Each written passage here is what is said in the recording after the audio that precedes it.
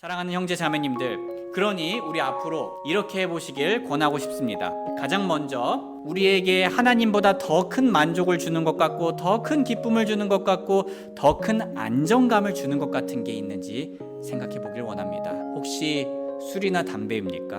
음란물입니까? SNS 중독입니까? 돈이나 명예입니까? 사람들의 인정입니까? 어떤 갈망이, 어떤 갈증이 내 마음속에 우상을 만들고 있습니까? 만약 그런 우상들이 우리 마음에 전시되어 있다면 우리는 그것들을 과대평가하고 있는 겁니다. 마치 바람피는 사람이 불륜녀가 아내보다 더 큰 만족과 기쁨과 안정감을 줄 거다라고 과대평가하는 것처럼 말입니다. 그러니 앞으로 마음속 우상들을 배설물처럼 하찮게 여기시길 바랍니다. 그리고 예수님만 진정한 내 삶의 구원자요, 만족이요, 기쁨으로 여기는 삶을 사시길 간청합니다. 마치 신실한 남편이 아내만을 진정한 만족과 기쁨으로 여기는 것처럼 말입니다. 그러면 나뿐만 아니라 내 소중한 가족과 이웃들이 하나님의 친절하고 신실한 사랑을 풍성하게 경험하게 될 것입니다. 우리 함께 출애굽기 20장 4절에서 6절 말씀 보도록 하겠습니다. 우리 함께 읽어보도록 하겠습니다. 시작! 너는 너를 위하여 어떤 새긴 형상도 만들지 말고 또 위로 하늘에 있는 것이나 아래로 땅에 있는 것이나 땅 아래 물속에 있는 것에 어떤 모습이든지 만들지 말며 그것들에게 절하지 말고 그것들을 섬기지 말라. 나 곧 주 내 하나님은 질투하는 하나님이니라. 나를 미워하는 자들에게는 아버지들의 3, 4대까지 이르게 하거니와 나를 사랑하고 내 명령들을 지키는 수천의 사람들에게는 긍휼을 베푸느니라. 아멘. 오늘 말씀 주제는 유혹을 향해 철벽을 치면 복이 와요입니다. 유혹을 향해 철벽을 치면 복이 와요. 형제 자매님들, 제가 유튜브에서 남원상사라는 프로그램의 일부를 보았습니다. 남원상사라는 프로그램의 일부를 보았습니다. 저는 처음 보았던 프로그램이었는데요. 그 영상에서는 관찰 카메라를 진행하였습니다. 관찰 카메라 주제는 눈앞에서 예쁜 여자가 남자친구한테 번호를 물어보면 이었습니다. 관찰은 이렇게 진행됐습니다. 카페에 커플이 들어와서 자리에 앉으면 제작진이 대기시켰던 예쁜 여자가 커플이 앉아있는 곳으로 가서 남자친구에게 말을 겁니다. 그리고 그 예쁜 여자는 여자친구 눈앞에서 남자친구에게 연락처를 알려달라고 합니다. 형제자매님들, 이때 남자친구가 취해야 하는 올바른 반응은 무엇이죠? 1번, 예쁜 여자가 민망해하지 않도록 연락처를 준다. 2번, 아직 나 죽지 않았네, 살아있네 하면서 좋아한다. 3번, 무표정으로 단호하게 거절한다. 자, 몇 번이 정답이죠? 네, 3번이 정답입니다. 네. 왜 조용하신 분들은 뭐죠? 네, 3번이 정답입니다. 자, 우리는 그 3번을요, 그것을 흔히 철벽을 친다라고 표현합니다. 프로그램에서는 여러 커플들이 이 실험을 영문도 모른 채 경험하게 되었습니다. 다행히 남자친구들은 예쁜 여자에게 연락처를 주지 않았습니다. 그런데 여기서 저는 여자친구들의 반응이 인상 깊었습니다. 여자친구들은 자신의 남자친구가 예쁜 여자에게 번호를 주지는 않았지만 시간이 지나면서 점점 올라오는 화를 쉽게 가라앉히지 못했습니다. 여자친구분들의 반응이 참 다양했어요. 날 뭐라고 생각한 거지? 내가 친구로 보이나? 여동생인 줄 알았나? 저 여자 엄청 예뻤어 라는 이렇게 반응을 보이더라고요. 자, 여자친구분들은 그 상황 자체가 어이없고 질투가 났던 겁니다. 사실 솔직히 제가 봤을 때는요, 제 사견에는 관찰 카메라의 남자친구분들에게도 문제가 좀 있었습니다. 왜냐하면 여러 커플들 중 단 한 커플의 남성만 바로 단호하게 여기 제 여자친구예요 라고 얘기했기 때문입니다. 다른 남성들은 연락처를 주진 않았습니다. 연락처를 주진 않았는데 해벌쭉 웃으면서 좋아했습니다. 그게 더 여자친구들을 화나게 만들었죠. 뒤늦게 상황을 파악한 남자친구들은 반성 모드에 들어갔습니다. 형제 자매님들, 우리가 만약 사귀는 사람이 있는데 연애적인 관심을 표하는 다른 이성에게 연락처를 주는 것은 실례지만 최악입니다. 그렇다면 결혼한 상태라면 더 말해서 뭐 할까요? 우리가 결혼을 한 상태인데 만약 예쁘고 혹은 멋있는 이성이 우리에게 이성으로서 관심을 보이고 접근하면 어떻게 해야 할까요? 당연히 거절해야 합니다. 이제 철벽을 쳐야 합니다. 차은우가 오더라도, 또 여자는 제가 잘 모르겠네요. 어쨌든 예쁜 여자 연예인이 오더라도 철벽을 쳐야 합니다. 왜냐하면 우리에게는 언제 어디서나 누구보다 서로를 사랑하겠다고 약속한 배우자가 있기 때문입니다. 아멘. 자, 우리는 이 사실을 잘 압니다.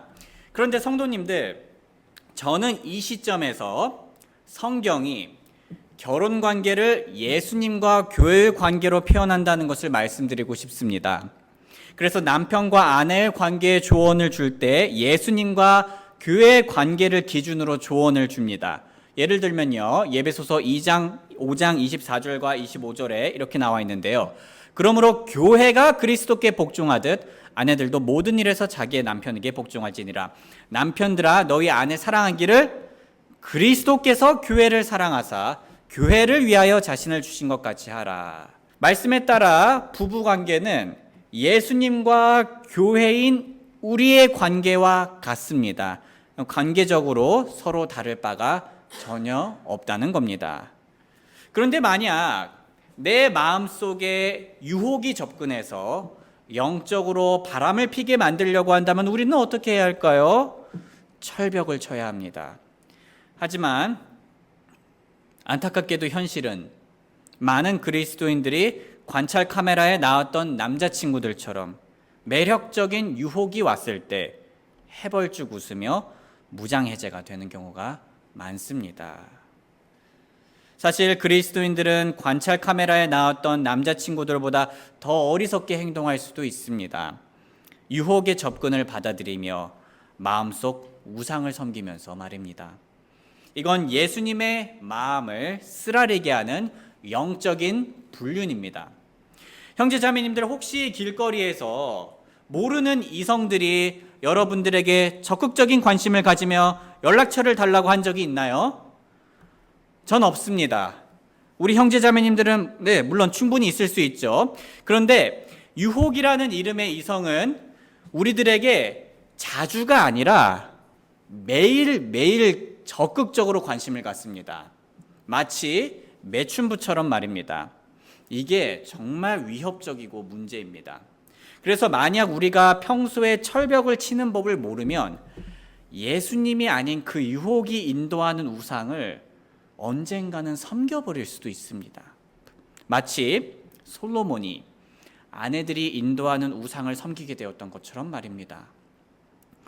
그래서 오늘은 본문을 통해 우리가 어떻게 하면 이렇게 저돌적인 유혹을 향해, 우리를 우상으로 이끄는 유혹을 향해 어떻게 철벽을 잘 칠 수 있는지에 대해서 간단히 알아보도록 하겠습니다.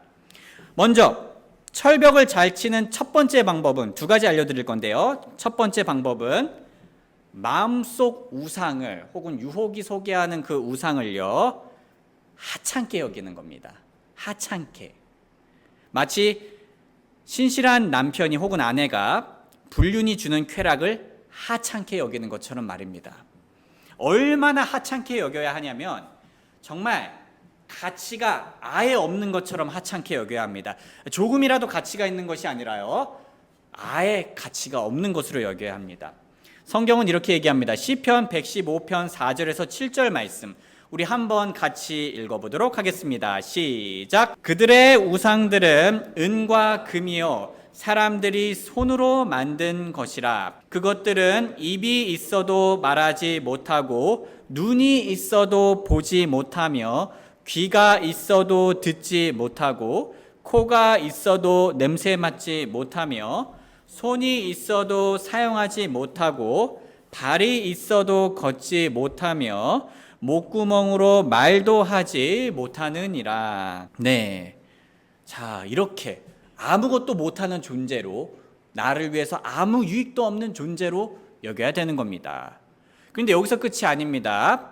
우리가 마음속 우상을 얼마나 하찮게 여겨야 하냐면요, 마치 배설물처럼 하찮게 여겨야 합니다. 그러니까 제로가 아니라 마이너스로 여겨야 된다는 거예요. 빌립보서 3장 7절과 8절 말씀을 우리 한번 같이 읽어보겠습니다. 시작. 그러나 무엇이든지 내게 이득이던 것들을 곧 그것들을 내가 그리스도를 위하여 손실로 여겼으며, 참으로 확실히 모든 것을 손실로 여김은 그리스도 예수 내 주를 아는 지식이 뛰어나기 때문이라. 내가 그분을 위하여 모든 것에 손실을 입고 그것들을 단지 배설물로 여김은 내가 그리스도를 얻고. 소중한 형제 자매님들, 사람들이 배우자를 떠나 바람을 피는 이유와 그리스도인들이 예수님을 떠나 영적인 바람을 피는 이유에는 공통점이 있습니다. 그것은 바로 바람을 피는 것에 큰 가치를 두는 겁니다. 사람들이 생각할 때 불륜을 저지르면 사람들의 질타를 받을지언정 솔직히 거기에 더 큰 쾌락과 기쁨과 만족이 있을 것 같습니다. 스릴도 있고요. 그래서 후회가 되더라도 시도해 볼 만한 가치가 있어 보입니다. 그래서 저지릅니다. 하지만 우리는 이런 죄악된 생각에 넘어가기 전에 초장의 철벽을 쳐야 합니다. 어떻게 철벽을 칩니까? 정신을 바짝 차리고 바른 시각을 가지면서 철벽을 치는 겁니다. 우리는 예수님보다 다른 것을 더 사랑하려는 유혹이 올 때 그 유혹이 약속하는 모든 것들을 아무짝에도 쓸모없는 돌덩어리와 나무 조각 따위로 바라봐야 합니다. 거기서 끝이 아닙니다. 그것들을, 그 우상들을 배설물처럼 냄새나고 더럽고 피해야 하는 것으로 봐야 합니다. 이렇게 하면 우리는 철벽을 잘 칠 수밖에 없습니다. 다음으로 철벽을 잘 치는 두 번째 방법을 소개해 드리겠습니다. 그 두 번째 방법은 예수님만을 예수님처럼 바라보는 겁니다. 예수님만을 예수님처럼 바라보는 겁니다. 이해하기 쉽게 얘기하자면 마치 이것은 배우자만 배우자로 보는 것과 같습니다. 나의 배우자만 배우자로, 나의 아내만 아내로 보는 것, 나의 남편만 남편으로 보는 것과 같습니다. 이 방법에 대해 좀 더 자세히 설명드리겠습니다. 하나님께서는요, 오늘 본문에서 이렇게 말씀하셨는데요. 출애굽기 20장 4절을 제가 읽겠습니다. 너는 너를 위하여 어떤 새긴 형상도 만들지 말고. 형제 자매님들, 안타깝게도 이스라엘 백성들은 방금 제가 읽은 두 번째 명령을 너무 빨리 어겼습니다. 어떤 새긴 형상도 만들지 말라고 말씀하셨는데요. 그들은 머지않아 금송아지 우상을 만들었습니다. 출애굽기 32장 1절부터 4절 말씀입니다. 제가 읽겠습니다. 모세가 산에서 내려오는 것이 늦어지는 것을 보고 백성이 보고는 함께 모여 아론에게 가서 그에게 이르되 일어나 우리를 위해 우리 앞에 갈 신들을 만들라. 이 모세 곧 우리를 이집트 땅에서 데리고 올라온 사람에 관하여는 그가 어찌 되었는지 우리가 알지 못하노라 하니 아론이 그들에게 이르되 너희 아내들과 너희 아들 딸들의 귀에 있는 금 귀고리를 빼서 내게로 가져오라 하매 온 백성이 자기들의 귀에 있던 금 귀고리를 빼서 아론에게로 가져오니라. 이건 같이 읽겠습니다. 시작. 그가 그들의 손에서 그것들을 받아 송아지를 부어 만들고 새기는 도구로 그것의 모양을 내매 그들이 이르되 오 이스라엘아 이것들은 너를 이집트 땅에서 데리고 올라온 내 신들이니라 하므로. 형제자매님들, 이스라엘을 이집트 땅에서 데리고 올라오신 분은 누구입니까? 하나님입니다. 하나님께서 그들의 구원자셨습니다. 하지만 지금 이스라엘은 무엇라 말을 하고 있습니까? 그들이 금송아지를 만들면서 그거 가지고 그들의 구원자라고 얘기를 하고 있는 겁니다. 즉 하나님이 이스라엘은요, 하나님이 아닌 다른 것을 하나님처럼 여겨버린 겁니다. 무슨 말인지 이해가 되시죠? 자, 우리가 보기에 너무 어리석어 보이죠? 그런데 오늘날 그리스도인들도 자칫 잘못하면 이런 동일한 실수에 빠질 수가 있습니다. 왜냐하면 오늘날 그리스도인들이 예수님을 정말 예수님처럼 바라보지 않을 때가 생길 수 있기 때문입니다. 예를 들면 돈, 명예, 쾌락 같은 것들을 예수님처럼, 즉 그들의 구원자처럼 바라봅니다. 다시 말해 그것들이 우리를 구원한 게 아닌데 마치 그것들이 우리를 구원한 것처럼 그것들을 섬기고 그것들을 향해 인생을 바칩니다. 이건 마치 바람피는 남편이 자신의 아내를 아내처럼 대하지 않고 낯선 여인을 아내처럼 대하는 것과 같은 겁니다. 낯선 여인에게 신실하고요, 낯선 여인에게 잘해주고 낯선 여인을 우선순위로 삼는 것과 같습니다. 아내가 버젓이 있는데도 말이죠. 이런 종류의 불상사를 막기 위해 우리는 다른 그 무엇도 아닌 예수님만을 우리의 구원자요, 우리가 마땅히 사랑해야 할 신랑으로 바라보아야 합니다. 그분은 교회인 우리의 신랑 되시는 분이십니다. 형제자매님들, 우리가 이렇게 잘 철벽을 치면요, 큰 보상이 있습니다. 그런데 이 보상의 특별한 점을 얘기하겠습니다. 출애굽기 20장 5절과 6절 말씀 같이 읽어보겠습니다. 시작. 그것들에게 절하지 말고 그것들을 섬기지 말라. 나 곧 주 내 하나님은 질투하는 하나님이니라. 나는 나를 미워하는 자들에게는 아버지들의 불법을 자손들에게 벌하여 3, 4대까지 이르게 하거니와 나를 사랑하고 내 명령들을 지키는 수천의 사람들에게는 긍휼을 베푸느니라. 자, 보상 보기 전에 먼저 벌부터 얘기해 보겠습니다. 성도님들 보시다시피 하나님의 명령을 지키지 않음으로써 하나님을 미워하는 자들의 결과는 자손들에게까지 영향을 끼칩니다. 여기서 우리가 오해하지 말아야 할 게 있습니다. 성경은 자녀들이 자신들의 아버지의 죄까지, 부모님의 죄까지 책임을 져야 한다고 말하지 않습니다.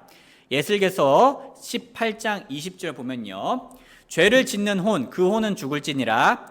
아들이 아버지의 불법을 담당하지 아니하며 아버지가 아들의 불법을 담당하지 아니하리니. 그래서 아무리 가족이라고 해도 하나님께서 보시기에는요, 각자의 죄는 각자가 책임을 지는 겁니다. 하지만 아버지의 죄는 자녀에게까지 영향을 끼칠 수는 있습니다. 마치 아버지가 바람을 피면요, 아버지가 법적인 심판을 받겠죠. 하지만 동시에 자녀들의 삶에 큰 악영향을 끼치게 됩니다. 자녀들이 법적 심판을 받지는 않지만 아버지의 그 죄의 영향력이 자신의 소중한 가족들에게까지 영향을 끼친다는 겁니다. 그 영향력은 생각보다 너무 강력해서 3, 4대까지 갈 수도 있습니다. 정리하자면 이스라엘이 하나님의 명령을 지키지 않는 죄는 자신들의 소중한 사람들에게까지 큰 악영향을 끼칠 수 있었습니다. 그런데 본문을 다시 보면 더 놀라운 사실이 있습니다. 그건 바로 하나님의 명령을 지키지 않는 결과는 3, 4대까지 영향을 끼친다고 말하지만 하나님을 사랑하고 명령들을 지키는 명령을 지키는 것은요, 수천의 사람들에게까지 하나님께서 긍휼을 베푸신다는 겁니다. 참고로 여기 나온 수천의 사람들은 앞의 내용과 대조되어 자손을 의미하는 수천대로 이해하시면 됩니다. 즉 앞에 나온 3, 4대와 수천대가 대조를 이루는 겁니다. 그래서 6절의 뉘앙스를 살려서 정확하게 이해하면서 얘기하자면 하나님께서는 그분의 명령을 지키는 자의 수천대에게 긍휼을 베푸신다는 겁니다. 또한 여기 나온 긍휼은 히브리어 헤세드를 번역한 단어입니다. 이 헤세드라는 단어는 문맥에 따라 다르게 번역이 되는데요. 왜냐하면 이 단어는 복합적인 의미를 가진 히브리어 단어이기 때문입니다. 우리나라 단어에는 이 복합적인 단어를 다 똑같이 포함하는 단어가 없어요. 그래서 문맥에 따라 긍휼, 선함, 은혜, 친절, 신실한 사랑으로 번역됩니다. 특히 이 헤세드는 언약적인 관계에서 하나님께서 그분의 사람들에게 보여주시는 특별한 사랑을 표현합니다. 즉 하나님의 명령을 지켜서 우상을 만들지 않으면 이런 하나님의 특별한 사랑이 1000대까지 영향을 끼친다고 말하는 겁니다. 정리하자면 이스라엘이 하나님의 명령을 지키지 않을 때와 이스라엘이 하나님의 명령을 지킬 때 그 양쪽 상황 다 모두 주변 사람들에게 영향을 끼치지만 그 영향의 크기는 하나님의 명령을 지킬 때 훨씬 더 크다는 겁니다. 우리 그리스도인의 삶도 마찬가지입니다. 우리가 예수님이 아닌 다른 우상을 만들고 섬길 때 어떤 일이 일어납니까? 예를 들면 우리가 돈을 우상으로 섬기면 가족들이 소외되고 가정에 불화가 생길 수 있습니다. 우리가 성적인 쾌락을 우상으로 삼으면요, 배우자에게 수치를 주는 상처를 주게 됩니다. 우리가 사회적인 명예나 승진을 우상으로 삼으면 다른 사람들을 짓밟고 올라가는 게 괜찮아지게 됩니다. 하지만 다른 우상이 아닌 예수님을 사랑할 때는 어떻습니까? 예수님을 사랑하면 그분의 명령을 지킴으로써 나의 가족과 이웃을 희생적으로 사랑하게 됩니다. 그리고 우리가 놓치지 말았으면 하는 점이 있습니다. 방금 살펴보았듯이 본문에서는 하나님의 명령을 지키지 않음으로써 영향을 받는 사람들이 3, 4대 정도로 비유되었고요. 하나님의 명령을 지킴으로써 복을 받는 사람들은 수천 대로 비유되었습니다.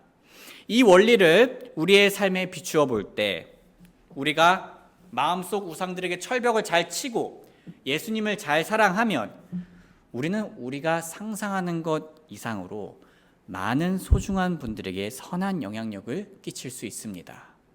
다르게 표현하자면 우리에게는 악영향을 끼칠 수 있는 사람들보다 선한 영향력을 끼칠 수 있는 사람들이 훨씬 더 많다는 겁니다. 우상에게 철벽을 치고 예수님을 사랑할 때 우리들은 상상 이상으로 귀하게 가치 있게 쓰임받을 수 있습니다. 사랑하는 형제 자매님들, 그러니 우리 앞으로 이렇게 해보시길 권하고 싶습니다. 가장 먼저 우리에게 하나님보다 더 큰 만족을 주는 것 같고 더 큰 기쁨을 주는 것 같고 더 큰 안정감을 주는 것 같은 게 있는지 생각해 보길 원합니다. 혹시 술이나 담배입니까? 음란물입니까? SNS 중독입니까? 돈이나 명예입니까? 사람들의 인정입니까? 어떤 갈망이, 어떤 갈증이 내 마음속에 우상을 만들고 있습니까? 만약 그런 우상들이 우리 마음에 전시되어 있다면 우리는 그것들을 과대평가하고 있는 겁니다. 마치 바람피는 사람이 불륜녀가 아내보다 더 큰 만족과 기쁨과 안정감을 줄 거다라고 과대평가하는 것처럼 말입니다. 그러니 앞으로 마음속 우상들을 오늘 배운 것처럼 배설물처럼 하찮게 여기시길 바랍니다. 그리고 예수님만 진정한 내 삶의 구원자요, 만족이요, 기쁨으로 여기는 삶을 사시길 간청합니다. 마치 신실한 남편이 아내만을 진정한 만족과 기쁨으로 여기는 것처럼 말입니다. 그러면 나뿐만 아니라 내 소중한 가족과 이웃들이 하나님의 친절하고 신실한 사랑을 풍성하게 경험하게 될 것입니다. 우리 잠시 노래가 연주되는 동안 우리 마음속 우상을 점검해 보고 또 제거하고 예수님만을 사랑하게 해달라고 기도하는 시간 가지겠습니다.